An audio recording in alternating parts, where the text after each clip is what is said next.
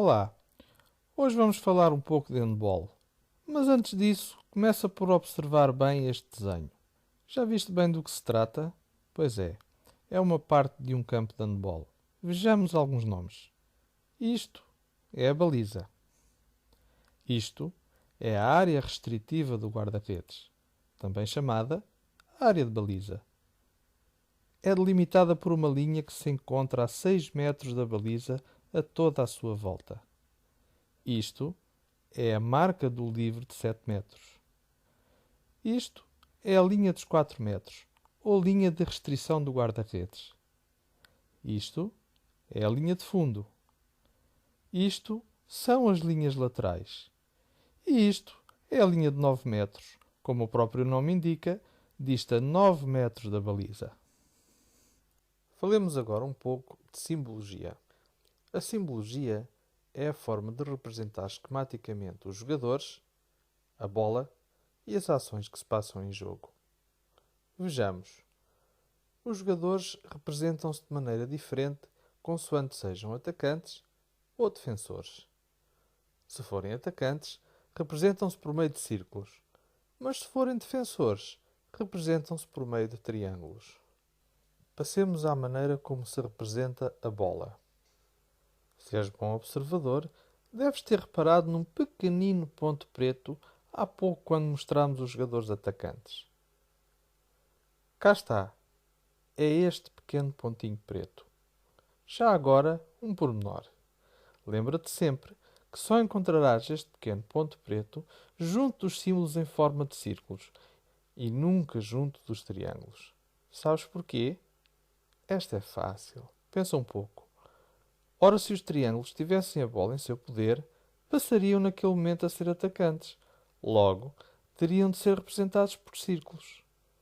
Nunca te esqueças, o que distingue o ataque e defesa num jogo é a posse de bola. Se é a minha equipa que tem a bola, somos atacantes. Se são os outros que a têm, eu e os meus companheiros passamos de imediato a ter responsabilidades defensivas, ou seja, tornamo-nos defensores. Falta ainda falar um pouco sobre a maneira como se representam as ações dos jogadores em jogo. Esta simbologia é mais usada quando se pretende representar estas ações de forma esquemática num papel ou num quadro. Então vejamos. Uma seta a cheio representa uma deslocação de um jogador de um local para outro do campo sem que tenha a bola em seu poder. Uma seta em zigue-zague representa também uma deslocação de um jogador, mas sendo este portador da bola. Dado que um jogador só se pode deslocar com bola fazendo drible, pode também dizer-se simplesmente que a seta em zigue-zague representa o drible. Temos ainda a seta a tracejado, que representa a trajetória da bola, como por exemplo um passe de um jogador para outro da sua equipa. E por fim, temos a seta dupla, que representa a finalização ou remate. Vamos agora ver como é que as equipas se podem organizar para defender e para atacar. Uma das maneiras possíveis de uma equipa se organizar para defender designa-se por defesa individual ou defesa homem a homem. Aqui, como o nome indica, cada jogador defensor é responsável por defender um jogador atacante. Para o defender, o defensor deverá colocar-se sempre entre o seu adversário direto e a sua baliza. Para contrariar esta maneira de defender, os atacantes deverão procurar fugir às marcações adversárias, criando assim situações de desequilíbrio. Uma das maneiras mais comuns de o fazer designa-se por passa e vai. É assim: o jogador que tem a bola passa a um colega fugindo de imediato do seu defensor direto. Desta maneira, depois de ficar liberto, poderá voltar a receber a bola, mas desta vez livre de marcação, criando assim desequilíbrio e vantagem para a sua equipa. Outra das maneiras muito usuais de organização defensiva, usada sobretudo pelas equipas de escalões mais elevados, é a chamada defesa à zona. Desta vez, os jogadores defensores dispõem-se lado a lado, fazendo como que uma muralha de proteção à volta da sua baliza. E agora? Qual será a melhor maneira de contrariar esta forma de defender? Desta vez, isto tem muito mais que se lhe diga. Levantemos uma questão. Será que os jogadores dispostos lado a lado conseguem tapar todo o espaço ao redor da baliza? Parece-me que não. Vejamos. Pegando na maneira como estes defensores estão posicionados, podemos para já observar duas zonas vulneráveis, uma do lado esquerdo e outra do lado direito. Assim, se as ações do ataque se passarem, por exemplo, do lado esquerdo, os defensores terão que adaptar o seu posicionamento. Da mesma maneira, se o ataque se dirigir para o outro lado, a defesa deverá realizar também as devidas adaptações. A este movimento de constante adaptação de todos os jogadores defensores em conjunto designa-se de flutuação.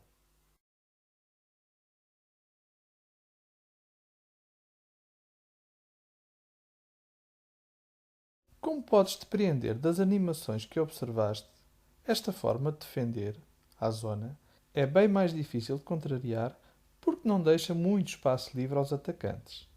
Mas mesmo assim, se os atacantes se organizarem melhor, podem obrigar os defensores a deixar espaços livres para poderem finalizar. Vejamos como. Pensa bem. Como já vimos, os jogadores defensores dispostos lado a lado não conseguem cobrir todo o espaço da área de baliza. Então, se assim é, uma pergunta. Os atacantes deverão situar as suas ações numa zona limitada do campo ou deverão distribuir-se o mais possível a toda a largura do terreno de jogo? É claro, pensaste bem. É fácil concluir-se que os atacantes ficam em vantagem se distribuírem por toda a largura do terreno de jogo, pois desta forma obrigam também os defensores a afastarem-se mais uns dos outros, abrindo espaços livres entre eles. Convém saber, no entanto, que esta distribuição dos jogadores atacantes não se efetua de qualquer maneira. Observa. Como os atacantes são 6, formam duas linhas de ataque. A primeira linha e a segunda linha. Cada uma das posições ocupadas pelos atacantes designa-se de posto específico. E existe um nome para cada uma dessas posições. Na primeira linha temos o central, o lateral esquerdo e o lateral direito. Na segunda linha temos o ponta esquerda, o ponta direita e o pivô. Vamos agora visualizar uma forma de ataque organizado que se designa por movimentação ofensiva. O objetivo consiste em obrigar os defensores a movimentarem-se todos para um dos lados para assim libertar espaço do lado oposto. Vejamos como. Partindo do princípio que a jogada se inicia no central, a equipa atacante procura fazer chegar a bola a um dos seus pontas. Exemplifiquemos com o ponta direita. A partir do momento em que este jogador se encontra na posse da bola, se assim o decidir, poderá dar início à movimentação, acelerando o ritmo de ataque. Assim, logo após a recepção do passe, este jogador deverá dirigir-se para o espaço vazio existente entre os jogadores defensores, obrigando-os a fecharem esse mesmo espaço. A propósito disto, façamos agora uma pequena nota antes de continuar. Os jogadores atacantes devem sempre procurar entrar nos espaços vazios, orientando a sua corrida nessa direção e nunca em direção a um jogador adversário. Ao procurar os espaços vazios, o atacante torna-se muito mais ofensivo, pois obrigará os defensores a terem que fechar esses espaços. Se não fecharem esses espaços vazios, o atacante aproveitará, e muito bem, para entrar e finalizar. Continuemos então a nossa movimentação. O ponta atacou o espaço vazio entre defensores e estes tiveram que o fechar. Impedido de progredir mais, o ponta faz então um passo para o seu lateral direito. Mas para que esta movimentação resulte e para que o ataque se faça com rapidez, este jogador terá que receber a bola já em corrida. Se receber a bola parado, quebrará a velocidade do ataque, permitindo que os defensores recuperem as suas posições. Continuando, o lateral direito, recebendo o passe já em corrida, Dirige-se também para um espaço vazio entre defensores. Se os defensores fecharem esse espaço, este jogador ficará, também ele, impedido de avançar, pelo que deverá realizar um passe para o seu central. À semelhança dos seus colegas, o central receberá também a bola em corrida, dirigindo-se para o espaço vazio entre dois defensores. E o movimento repetir-se-á até que se crie um espaço aberto para a finalização. Se esse espaço não surgir, entretanto, surgirá certamente quando a bola chegar ao ponto esquerdo do ataque. Vejamos agora toda a movimentação de forma mais rápida e sem interrupções. Nota bem, esta movimentação é uma das ações de grupo mais difíceis de conseguir realizar no handball. Exige muito treino até que as equipas a consigam realizar com êxito, pois requer muita velocidade e coordenação de movimentos entre todos os jogadores atacantes. Não te esqueças então de dois aspectos muito importantes. Atacar sempre em direção aos espaços vazios e não em direção ao corpo dos jogadores adversários. Receber a bola já em corrida para garantir a velocidade das ações da equipa. Observa agora estas ações representadas através de símbolos